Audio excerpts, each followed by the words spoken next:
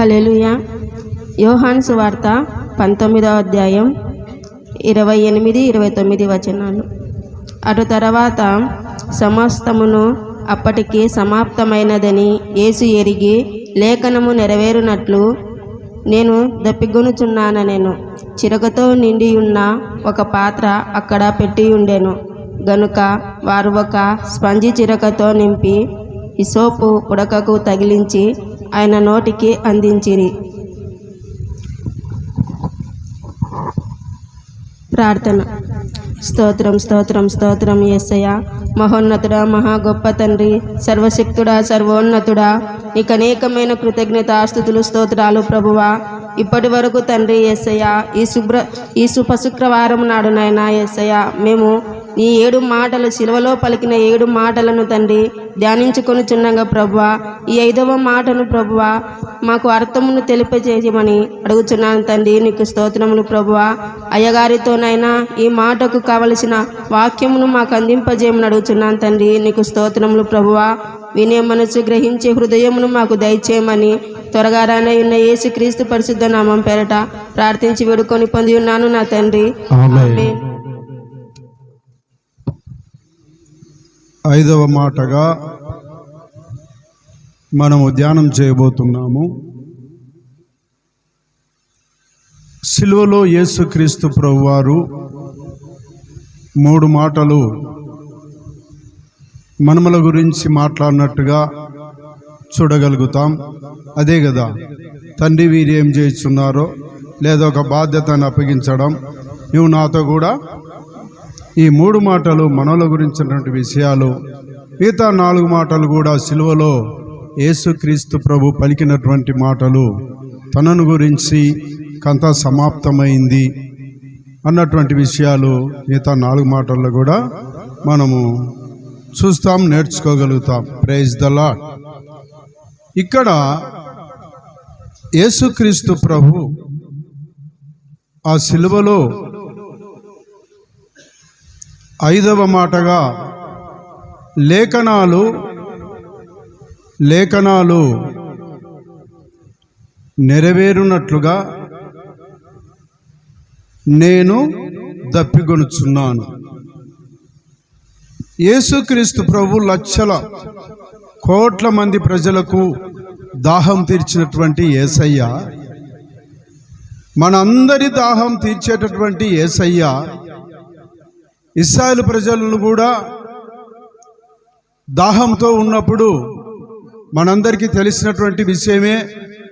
ఎన్నో శ్రమలు కష్టాల గుండా వెళ్ళినటువంటి ప్రజలను ఆహారం కంటే ఇంకా ముఖ్యం నీరని నేను చెప్తా.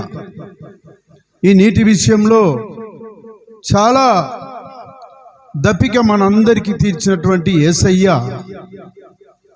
సిలువలో నేను దప్పికొనుచున్నాను. నాకైతే చాలా ఆశ్చర్యంగా ఉంది. ఎందుకు తప్పికొనుచున్నాను అని అంటున్నాడు అంటే, అదే సువార్తలో 7వ అధ్యాయం 37-38 వాక్యాలు చదవండి. ఆ పండుగలో మహాదినమైన అంత్యదినమున యేసు నిలచి ఎవరైనాను దప్పికొనిన ఎడల నా వద్దకు వచ్చి దప్పికి తీర్చుకొనవలెను. Praise the Lord, praise the Lord. ఆ పండుగ దినమున, అంత్యదినము అనగా చివరి దినమున ఎందుకు అలా పలుకుతున్నాడు అంటే, ఏమిటి ఆ పండగ? ఇశ్రాయేలు ప్రజలు ఎక్కువగా 7 దినాలు పండుగ చేసుకునే, చాలా చోట్ల 7 దినములు పండుగ చేసుకుంటారు ఇశ్రాయేలు జనాంగం. ఇక్కడ అంత్యదినం అంటే చివరి రోజు. ఆ మధ్య రోజు కూడా ఆ యొక్క దేవాలయానికి వెళ్ళి వాక్యం చెప్పినట్టుగా, ఆయన వాక్యం ప్రకటించినట్టుగా మనం చదివితే తెలుస్తుంది. పర్ణశాలల పండుగ, అదే గుడారాల పండుగ. ఆ పండుగలో అంత్యదినమున ఏమని పిలుస్తున్నాడమ్మా? యేసు నిలచి ఎవరైనాను దప్పికొనిన ఎడల నా యొద్దకు వచ్చి దప్పిక తీర్చుకొనవలెను. మన అందరికీ, ప్రపంచంలో ఉన్న ప్రజలందరికీ దప్పిక తీర్చగల ఒక్కడే ఒక్కడు యేసుక్రీస్తు ప్రభువే. బైబిల్ గ్రంథంలో పాత నిబంధన క్రొత్త నిబంధనలో చూస్తే దప్పిక అన్నటువంటి మాట చాలా చోట్ల వ్రాయబడింది. దుప్పి నీటివాగుల కొరకు దేవా నా ప్రాణం ఆశగొనుచున్నది 42వ కీర్తనలో, 63వ కీర్తనలో కూడా ఉంది. అలాగే మత్తయి రాసిన సువార్తలో నీతి కొరకు ఆకలి దప్పులు కలిగినటువంటి వారు ధన్యులు లేదమ్మా ఉన్నది అని చెప్తూ ఉన్నాడు. అక్కడైతే ఎవరైనాను దప్పికొంటే నా దగ్గరికి వచ్చి దప్పిక తీర్చుకోవలను. ఏమిటి ఈ దప్పిక? ఇది శరీర దప్పిక కాదు. నిజమేనా? మనకి ఇందాక దప్పిక నీళ్లు తాగినాం, ఇంకా జ్యూస్ కూడా తాగినాం, మాకు ఇవ్వకుండానే పోయినారు. ఇచ్చినారా? సర్లే మళ్ళీ ఆఖరిని ఇచ్చారులే అనుకున్నాం. ప్రైజ్ ద లార్డ్, హల్లెలూయా. నేను ఒక మాట అంటానమ్మా,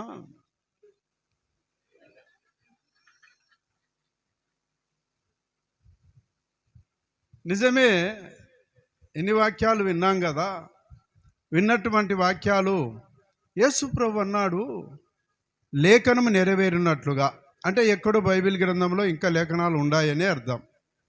లేఖం నెరవేరునట్టుగా అన్నప్పుడు లేఖనాల్లో ఒకటిండి ఆ లేఖను చొప్పున మనం నడవకుంటే ఎట్టా?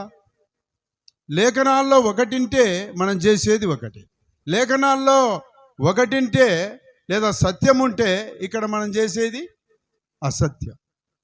లేఖనాలను బట్టి చివరి దినములో ఆ యొక్క సిలువలో యేసుక్రీస్తు ప్రభు పలుకుతున్నటువంటి మాట అప్పుడు కూడా లేఖనాలు నెరవేరునట్లుగా.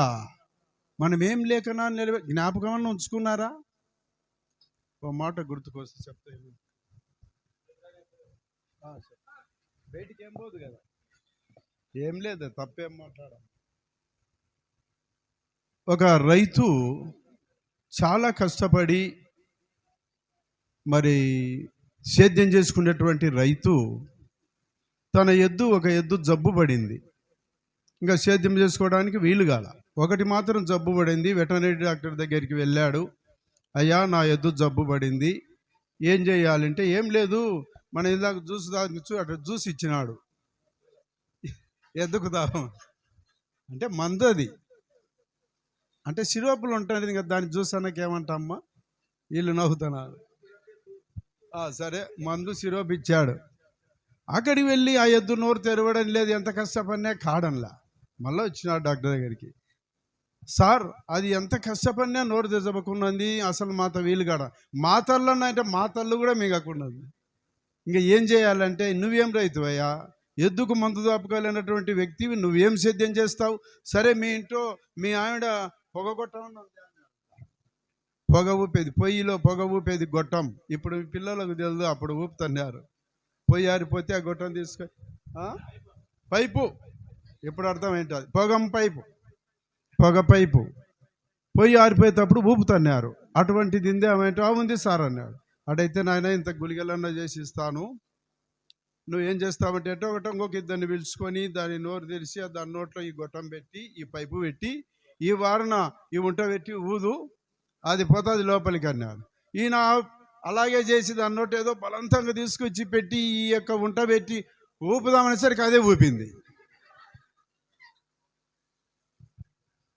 ఇప్పుడు ఈ జబ్బెవరికి, ఊపినేది ఎవరు, ఇచ్చిన డాక్టరు ఎక్కడ పోయింది అంటే నేను ఎందుకు చెప్తున్నానని, మా వాక్యాలు మాకే మళ్ళీ ఊదేరని.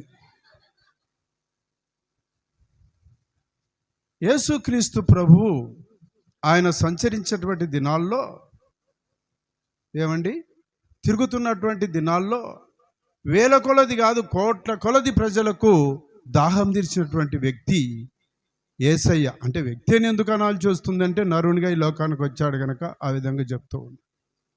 ప్రేమైనటువంటి దేవుని బిడ్డలారా, ఆయన చేసినటువంటి సేవలో మరి 5వ మాటలో దప్పికొనుచున్నాను, సిలువకు ఎక్కిన తర్వాత, సిలువకు ఎక్కించిన తర్వాత ఆయన ఈ మాట పలుకుతూ ఉన్నాడు. సరే, దాహాన్ని గురించి కొన్ని విషయాలు తెలుసుకున్నాం. ఇది తీరే దాహం. యేసయ్య మనకిస్తే శరీరానికి కావలసినటువంటి దాహం, తీరని దాహం.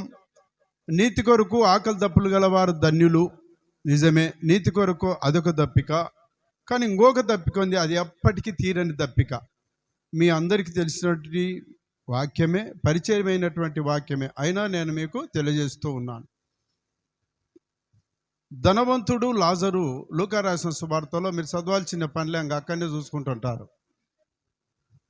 లూకా రాసిన సువార్తలో మరి 16వ అధ్యాయం నుంచి మనం 19వ వాక్యం అనుకుంటా అక్కడ నుంచి చదివితే ఆ చరిత్రలో ఉంది. ఇంకా మీరు చూడాల్సిన పని లేదు, నా వైపు చూడండి. అక్కడ ఈ యొక్క ధనవంతుడు లాజరు మనందరికీ తెలిసినటువంటి వారే. ధనవంతుడు అంటే చాలా ఉన్నతమైన స్థితిలో నారపు వస్త్రాలు ధరించుకొని బ్రతికినటువంటి వ్యక్తి. కానీ లాజరు ఎక్కడ బ్రతుకుతున్నాడు? అదే ఊరిలో, అక్కడే ఈ యొక్క ధనవంతుని దగ్గరనే అంతో ఇంతో ఆహారం, లేదా ఆయన బల్ల కింద రొట్టె ముక్కలు పడిపోతే తినడం, ఆయన కురుపులు బాధలతో ఉన్నటువంటి వ్యక్తి.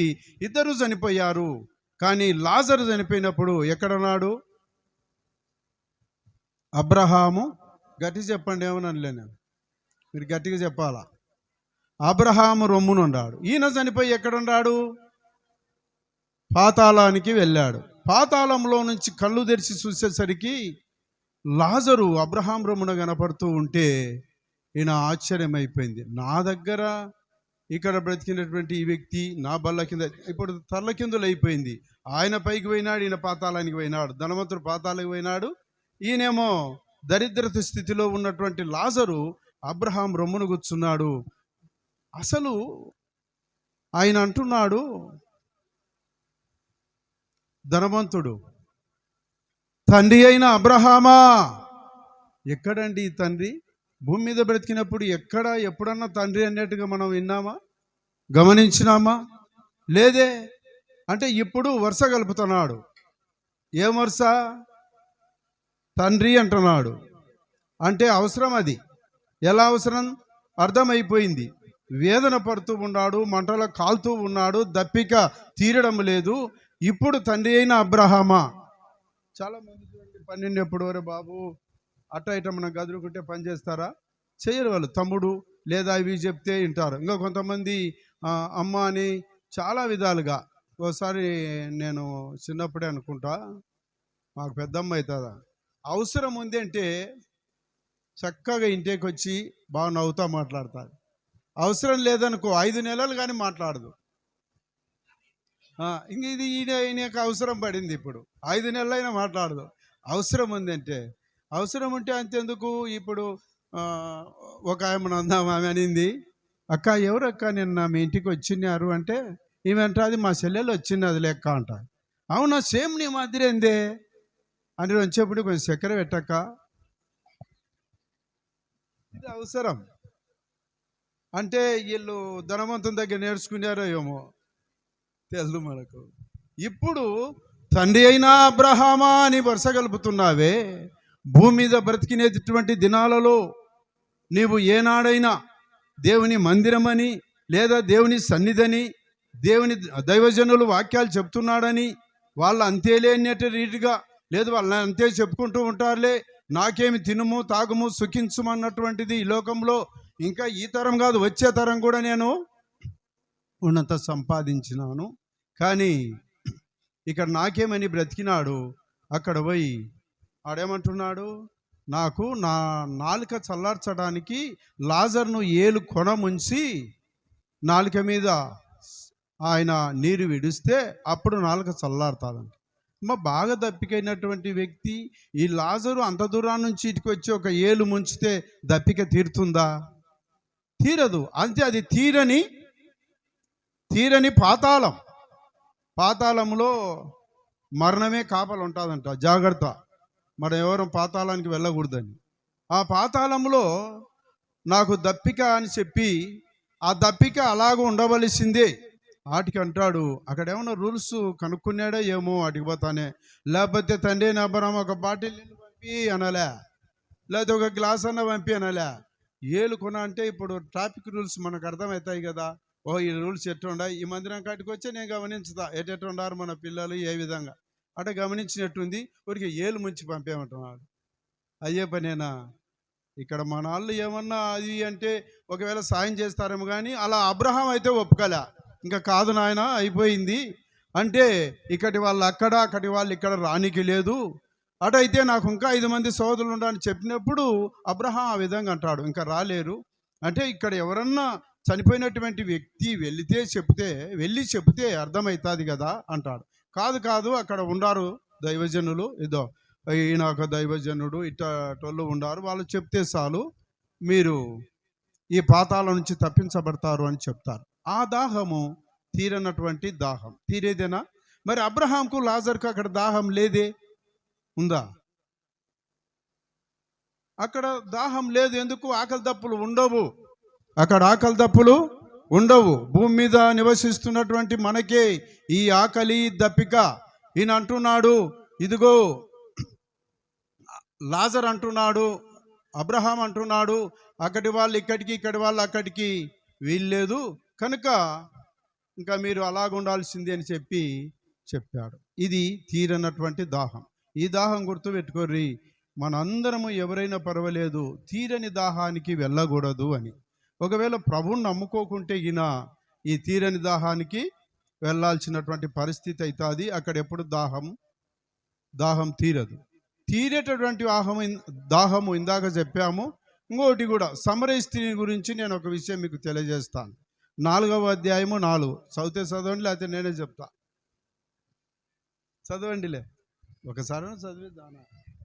4వ అధ్యాయం 4 చదువున్నా. యోహాను రాసిన సువార్త. కాగితాలు తిప్పుతుంటారనే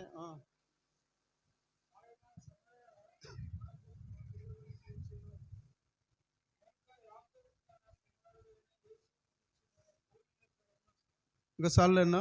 హల్లెలూయా, హల్లెలూయా. నాకే వినపడలే, వాళ్ళకే వినపడతా. యేసుక్రీస్తు ప్రభువు ఓసారి ఆ సమరయ ప్రాంతంలో వెళుతూ, ఇలాగే ఎండపొద్దు, ఇంకా టైం ఈరోజు ఎక్కువైంది, 12 గంటల టైంలో యేసు ప్రభు శిష్యులు ఆ సమరయ మీద వెళ్తూ ఉన్నప్పుడు సుకారు అన్నటువంటి ఒక ఊరు దగ్గరికి వచ్చేసరికి అక్కడ ఒక బావి ఉంది. ఆ బావి దగ్గర యేసయ్య కూర్చున్నాడు. 12 గంటల మధ్యాహ్న కాల సమయంలో శిష్యులు ఎక్కడ పోయారంటే ఆహారం తీసుకురావడానికి అదే గ్రామంలోకి వెళ్ళారు. అక్కడ ఉన్నటువంటి యేసుక్రీస్తు ప్రభు ఎండ పొద్దున 12 గంటల సమయం, ఈయన దాహం చూడండి, ఎక్కడ కూర్చున్నాడు? బాయిగడ్డున కూర్చున్నాడు. ఈలోగా ఒక ఆయమ్మ కడవ తీసుకొని నీళ్ళకు వచ్చింది. ఎవరు ఆమె?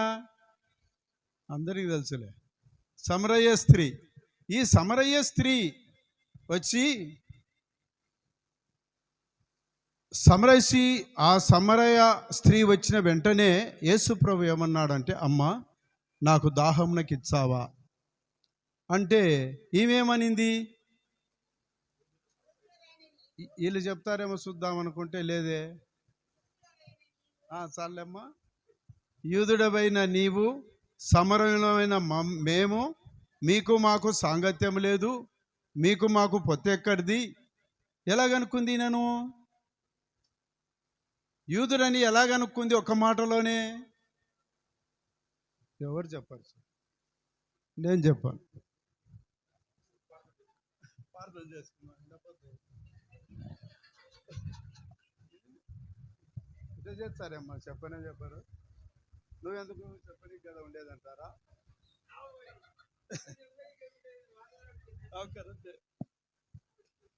యూదులని ఎలాగనుకుంది అంటే, యూదులు అలాంటి వస్త్రాలు ధరించుకుంటారు, కిందికి వస్త్రాలు వేసుకొని ఇంత పొడవుగా యూదులు అలాంటి వస్త్రాలు ధరించుకుంటారు కనుక వెంటనే కనిపెట్టింది, ఓహో వీళ్ళు యూదులే అని. ఆమె కనుక్కొని ఏం చెప్తుందంటే, మీకు మాకు సాంగత్యం లేదయ్యా అంటే, ఈయన అంటాడు, సరేమ్మా మరి నువ్విచ్చే లేదా నువ్వు చేదుకునే నీళ్లు తాగుతగినా మరలా దప్పికైతాయి, నిన్ను నీళ్లు అడుగుతున్నటువంటి వారు ఎవరో, ఆయన ఎవరో మీకు తెలిస్తే ఆయననే నువ్వు నీళ్లు అడుగుతావు. నేను ఇచ్చి నీళ్లు తాగితే అది ఎప్పటికీ మరలా దప్పిక కొనవు. ఏమో ఎప్పటికీ దప్పిక నీళ్ళు తాగడమే మంచిది కదా. మనం అప్పుడప్పుడు ఈ బాధ ఎండలు, ఇప్పుడైతే ఎండల కాలం ఇంకెక్కువ నీళ్ళు మనకు. నేను ఇచ్చి నీళ్ళు తాగితే అంటే ఈమె అనింది, మా పితరులు యాకోబు కంటే నువ్వు గొప్పవాడివా? యాకోబు యోసేపుకు ఈ యొక్క బావి కట్టించి ఇచ్చాడు అంటే యాకోబు యొక్క తరానికి యేసు ప్రభువు వెళ్ళే సమయానికి 1800 సంవత్సరాల డిఫరెన్స్ ఉంది. అయినా నేటికి ఆ బావి ఊడుతూనే ఉంది నీళ్లు, యాకోబు బావి. సమరయుల గురించి 2 మాటల్లో మీకు తెలియజేస్తాను. ఎవరి సమరయులు అంటే, యూదులు ఎవరు, సమరయులు ఎవరు మనం తెలుసుకుందాం. యూదులు సమరయులు అన్నదమ్ములే, లేదా దాయాదులు అనొచ్చునేమో. యూదులు 2 గోత్రాలే, బాగా మీరు గుర్తుపెట్టుకోవాల, 2 గోత్రాలు. ఇశ్రాయేలీలు 10 గోత్రాలు, మొత్తం 12. ఈ 10 గోత్రాలలో ఉన్నటువంటి ఇశ్రాయేలీలు ఉత్తర రాజ్యం వైపులో ఉంటారు. క్రీస్తుకు పూర్వం 931 సంవత్సరము ఆ తేడాలో, ఆ సమయంలో వీరేమో ఉత్తర దేశం వైపున ఇశ్రాయేలు ఉన్నారు, దక్షిణ దేశం వైపున ఎవరు, యూదావారు ఉన్నారు. యూదావారికి రాజధాని యెరూషలేము, ఇశ్రాయేలుకు మాత్రం అప్పటికి రాజధాని లేదు. ఎందుకు రాజధాని లేదు అంటే, వీరు అక్కడక్కడ వెళుతూ తిరుగుతూ ఉన్నటువంటి సమయంలో ఫస్ట్ సౌలు రాజు పరిపాలన చేస్తాడా 40 సంవత్సరములు. నేను అవిభక్త దేశంగా అంటే కలిసి ఉన్నప్పుడు దేశాన్ని గురించి మాట్లాడుతున్నాను. సౌలు పరిపాలన చేస్తాడు, తర్వాత దావీదు పరిపాలన చేస్తాడు, తర్వాత సొలొమోను పరిపాలన చేస్తాడు, సొలొమోను రాజు. తర్వాత తన కుమారుడు రెహబాం పరిపాలనకు వస్తాడు. రెహబాము కాలంలో 2గా చీలిపోతాయి. ఆయన 40 సంవత్సరాలు, ఈయన 40 సంవత్సరాలు, ఈయన 40 సంవత్సరాలు పరిపాలన చేసిన తర్వాత అప్పుడు ఒక చీలిక వస్తుంది. అంటే ఆంధ్ర, ఇది తెలంగాణ అన్నట్టుగా వారు కూడా చీలిపోయారు, 2 తెగలుగా ఏర్పడ్డారు. ఒకటేమో ఇశ్రాయేలుకి రాజధాని లేదు, కానీ వారి తర్వాత ఒకరి తర్వాత ఒకరు వస్తూ ఒమ్రీ అన్నటువంటి రాజు వస్తాడు. చాలా చెడ్డవాడే, ఆయన తెలుసుకోవాలి. ఈ ఒమ్రీ అన్నటువంటి రాజు కాలంలో ఏం చేస్తాడంటే, షెమయా అన్నటువంటి ఆయన దగ్గర 4 మనుములకు ఒక పర్వతం కొంటాడు. 4 మనుముల వెండి వెలజెల్లించి ఒక పర్వతాన్ని కొని, షెకిమా లోయలో ఉన్నటువంటి పర్వతాన్ని కొని, ఆ పర్వతం మీద ఒక పట్టణం కట్టిస్తాడు ఒమ్రీ. షెమయా దగ్గర కొన్నాడు కాబట్టి అది షోమ్రోన్ అని పేరు పెడతాడు. ఇప్పుడు రాజధాని అయింది. దేనికి? ఇశ్రాయేలు దేశానికి రాజధాని ఏది అంటే షోమ్రోను. యూదులకు రాజధాని ఏది? ఈ యొక్క సమరయులు ఎలా వచ్చారంటే, ఆ అస్సురు రాజు ఏం చేస్తాడు, వెళ్ళిన చోటుకల్లా యుద్ధం చేయడం, తీసుకొచ్చి ఈ షోమ్రోన్ పట్టణంలో వేయడం. 5 దేశాల మీదకి పోతాడమ్మా. బబులోను దేశం అంట, కూతు అంట, హవ్వా అంట, ఈ పేర్లు 5 పేర్లు, 5 దేశాలు. ఈ 5 దేశాలలో వెళ్ళి తీసుకొచ్చి వాళ్ళని అక్కడనే ఉంచితేగినా మళ్ళీ వాళ్ళు ఎక్కువై నాతో శత్రుత్వం చేసి నన్ను ఏడు చంపిన దేశాన్ని ఒకవేళ వశపరుచుకుంటారో వాళ్ళు ఎక్కువైతారన్న ఉద్దేశంతో వీళ్ళని తీసుకువెళ్ళి ఆ షోమ్రోన్ పట్టణంలో పడేస్తాడు. షోమ్రోన్లో ఉన్నటువంటి వారిని కొందరిని తీసుకొచ్చి ఇక్కడే వేస్తాడు. ఇప్పుడు ఈ షోమ్రోన్లో ఇశ్రాయేలు ప్రజలను వివాహాలు చేసుకోవడం, ఇదల్లా ఈ దేశాలు కల్తీ దేశం అయిపోయిందో అప్పుడు శంకర జాతి అయిపోయింది. శంకర జాతి, వీళ్ళు సమరయులు. ఈ సమరయులు కూడా దేవుని కొలసాలా, మెస్సే వచ్చాడని ఈమె కూడా చెప్తాది. నీళ్ళకు వచ్చిన ఆమె, ఆ ఎండపొద్దున వచ్చిన ఆమె. ఎండపొద్దు ఎగుదు, మీరు నవ్వుతారు. అందరూ పొద్దున్నే నీళ్లు తెచ్చుకుంటే ఈమె మధ్యాహ్నం పోతుందంటే పోనీ సాయంత్రం అన్నా పోవాలా లేదా? ఏమి విషయం? పేదలు ఎలకలేస్తుంది, నిజమేలే. అంటే ఈమె సరైన రీతిలో లేదు గనక ఏమన్నా ప్రజలు చూస్తారేమో, సిగ్గు కలిగిందేమో ఈమె అన్నట్టుగా మధ్యాహ్నం వెళ్ళి తెచ్చుకుంటుంది. మధ్యాహ్నం వెళ్ళి ఇంకా రేపు నువ్వు తెచ్చుకోవాల్సిన పనిలే, ఎల్లుండి తెచ్చుకోవాల్సిన పనిలే, ఇదిగో నేను ఇచ్చు నీళ్ళు తాగితే జీవజల ఎప్పటికీ నీవు దప్పిగొనవమ్మా అని చెప్తూ ఉన్నాడు. వీరు కూడా మోసే 5 కాండాల గురించి నమ్ముతారు కానీ ఎవరు సమరయులు మిగతా వాటిని గురించి అంతగా నమ్మరు. ఏది ఏమైనా ఇక్కడ యేసుక్రీస్తు ప్రభువు మరి పలుకుతున్నటువంటి మాట ఏమిటంటే, మరి కొన్ని దప్పికల గురించి మనం విన్నాం. తీరని దప్పిక ఉంది, తీర్చే దప్పిక ఉంది. యెరూషలేములో నుంచి మరి యూదా, సమరయ, గలిలయ అంటే యేసుప్రభు వారు ప్రయాణమై వెళ్తున్నప్పుడు ఎక్కడ పోతున్నారు అంటే గలిలయకు వెళ్తున్నారు. గలిలయకు వెళ్ళేటప్పుడు యూదయలో నుంచి మధ్యన 45-50 కిలోమీటర్ల దూరంలో సమరయ ఉంది. ఖచ్చితంగా సమరయ తర్వాత ఆ పరమటి భాగమున ఏదింది గలిలయ ఉంది. ఆ గలిలయ ప్రాంతానికి వెళ్తున్నటువంటి సమయంలో మార్గ మధ్యంలో ఈయనకేమనిపించింది, శిష్యులు కూడా అనుకున్నారంట, నేనంటా ఎందుకు ఎండపొద్దునైనా ఆ బాయిగడ్డ మీద కూర్చోాల్సిన అవసరం ఏముంది. ఈయన దాహం ఎట్టుంది, ఈయన దాహం ఆత్మలను రక్షించాల, ఎవరు నరకానికి వెళ్ళకూడదు, ప్రతి వారు కూడా దేవుని సన్నిధికి రావాలా, ఈ నశించిపోకూడదు. ఒక సమరయులనే కాదు, ఒక యూదులనే కాదు, మనం ఒక్కరమే కాదు, మన రాష్ట్రమే కాదు. ఇప్పుడు కోయలకుంట నుంచి మేము రావాలంటే చింతకుంట తగిలే ఇటుకి రావాలా. అట ఆయన వస్తున్నటువంటి సమయంలో గలిలయకు పోవాలంటే సమరయలో సుకారణ బావి దగ్గర కూర్చున్నాడు. అడగడే సరే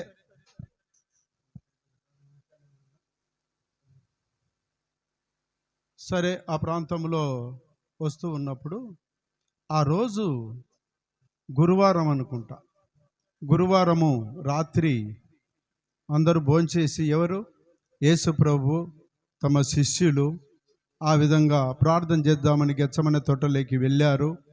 ఆ విషయాలన్నీ మిగతా వారికి కూడా తెలిసింది. తమలో శిష్యుల్లో ఉన్నటువంటి శిష్యునికి కూడా తెలుసు యూదా. ఆయన కూడా అట పట్టణంలోకి వెళ్ళిపోయాడు. వీళ్ళు ప్రార్థన చేసుకుంటూ ఉన్నారు. నేను పట్టుకున్నారు, తీసుకొని ఎప్పటి నుంచి జరుగుతుంది మనం అనుకుంటాం ఉదయం నుంచి. ఆయన 6 గంటలు సిలువలో దప్పిక కాకుండా ఉంటాయా, బాధపడుతున్నారు అనుకుంటున్నాం. కానీ రాత్రి 12 గంటల నుంచే ఈయనకు తీర్పు జరుగుతూ ఉంది. పట్టుకపోయినంత మాత్రం ఎక్కడికి ఫస్ట్ తీసుకుపోతారు, అన్న అన్నట ఆయన దగ్గరికి తీసుకొని పోతే అక్కడ తీర్పు కొంత జరగాల. ఆ అన్న ఎవరంటే ప్రధాన యాజకునికి కైపకు మామవుతాడు. ఆ కైప దగ్గరికి తీసుకోకపోక ముందే అన్న దగ్గర తీసుకొని పోతే బర్రౌతులు ఆయన అంటాడు, నువ్వేదో శిష్యులతో చెబుతూ ఉన్నావంట కదా, ఏం చెప్పావు, ఏం మాట్లాడుకున్నారంటే ఈయన అంటాడు, నేను రహస్యంగా మాట్లాడేది ఏదీ లేదు. కొండ మీద ప్రసంగం చేశాను, సముద్ర తీరాన ప్రసంగం చేశాను, దేవాలయాల్లో ప్రసంగం చేశాను, దేవుని మందిరంలో ప్రసంగం చేశాను. కానీ ఒకవేళ నేను ప్రసంగం బహిరంగంగా చేశానే తప్ప రహస్యంగా ఏది మాట్లాడలేదు. ఒకవేళ మీకు అనుమానం వస్తే ఇదిగో విన్నటువంటి వారిని అడగండి అంటే, ప్రధాన యాజకునితో అలా మాట్లాడతావని చెంపబడిచి బంట్రోతుల్లో ఒకడు కొడతారు. ఆ రాత్రే, ఇదల్లా రాత్రి జరుగుతుంది. చెంపబడిచి కొడితే ఆయన అంటాడు, కాని మాట నేనేమన్నానంటే, ఆ కాని మాట చెప్పండి. ఏమన్నాడు కాని మాట? అది కూడా కాదే, కాని మాట అంటే చెప్పండి. ఒకవేళ మంచి మాట పలికినందుకు నన్ను చెంప మీద కొడతావని ప్రశ్నించినట్టు కూడా అందులో ఉంది యోహాను రాసిన సువార్తలోని. అదెల్లా మనం చదువుకుంటూ వెళితే కనుక ఇక వీళ్ళు అనుకున్నారు, ఇంకా వద్దు, ఈయనను మళ్ళా ప్రధాన యాజకుని దగ్గరికి పంపుదామని ఆడికి పంపుతారు. ఒక మనిషిని సిలువ వేసి అది ఉరిశిక్ష చేసేటప్పుడు చివరి కోరిక అడుగుతారు కదమ్మా.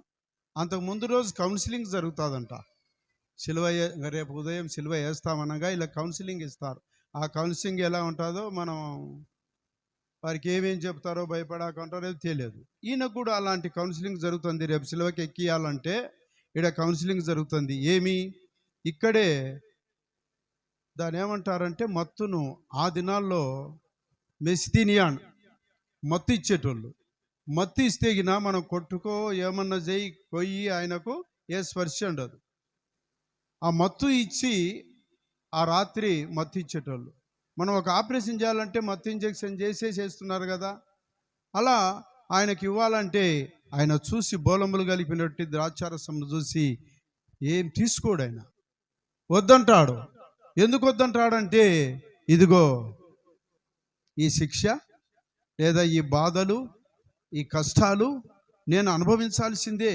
ఈ కష్టాలన్నీ నేను మత్తు తీసుకొని సిలువకెక్కి అది అని తీసుకోడు ఆయన. మత్తు ఇచ్చినా కూడా తీసుకోకుండా అక్కడ రాత్రి 12 గంటల నుంచి ఈయనకు జరుగుతూ ఇలాగే తర్వాత ఉదయం కూడా 1 అయింది, 2, 3 గంటల వరకు జరిగితే ఆయనకు దప్పిక కావా? కానీ అది శరీర దప్పిక కాదండి. కనుక నేనేమంటానంటే, ఒకసారి మోసే మీద తిరగబడ్డారు, దేవుని మీద తిరగబడ్డారు ప్రజలు. వింటూనే ఉండారు, తింటూనే ఉండారు, తాగుతూనే ఉండారు. మరలా తిరగబడితే వారి మధ్యకి ఏమొచ్చాయి తెలిసిన? దేవుడు తాపకరమైనటువంటి సర్పాలను పంపిస్తాడు. తాపకరమైనటువంటి సర్పాలు పంపిస్తే అవి కాటేస్తుంటే చనిపోతున్నారు, నశించిపోతున్నారు తిరగబడడం వల్ల. మళ్ళా మోసే దగ్గరికి వచ్చి, మోసే ఈ విధంగా నశించిపోతున్నావు, దేవునికి ప్రార్థన చేయమంటే దేవునికి ప్రార్థన చేస్తాడు ఈయన.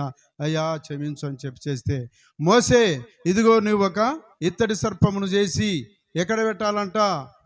ఎవరైతే ఈ యొక్క పాపకరమైనటువంటి సర్పాలు కరుస్తూ ఉన్నాయో, ఆ కాటు తిన్నటువంటి వారు ప్రతి ఒక్కరు కూడా ఆ యొక్క సిలువ, ఆ యొక్క అదేమ్మా ఇత్తడి సర్పం వైపు చూస్తే, అది ఎట చూడాలా? నిదానించి చూడాలంట.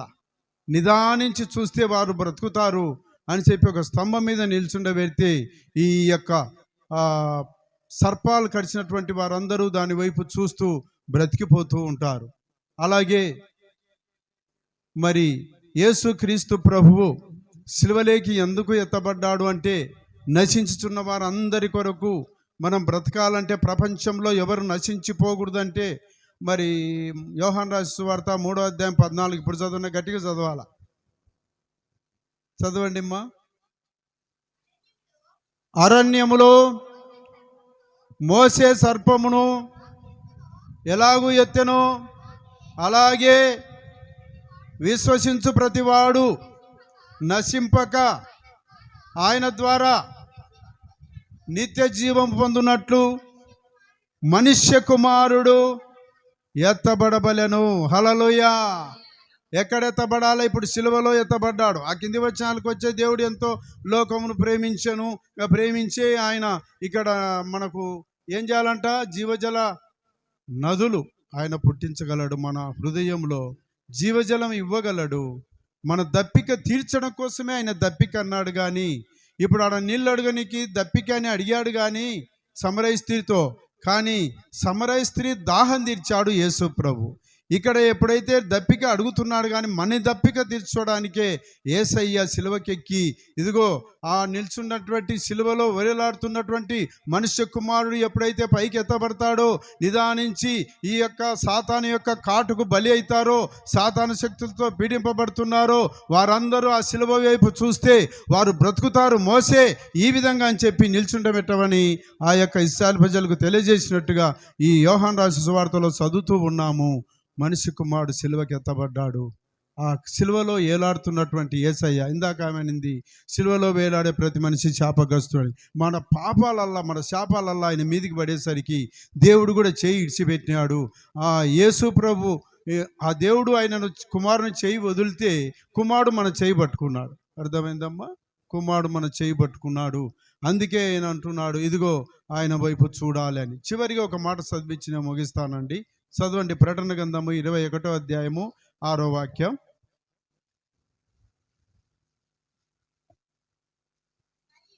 మరియు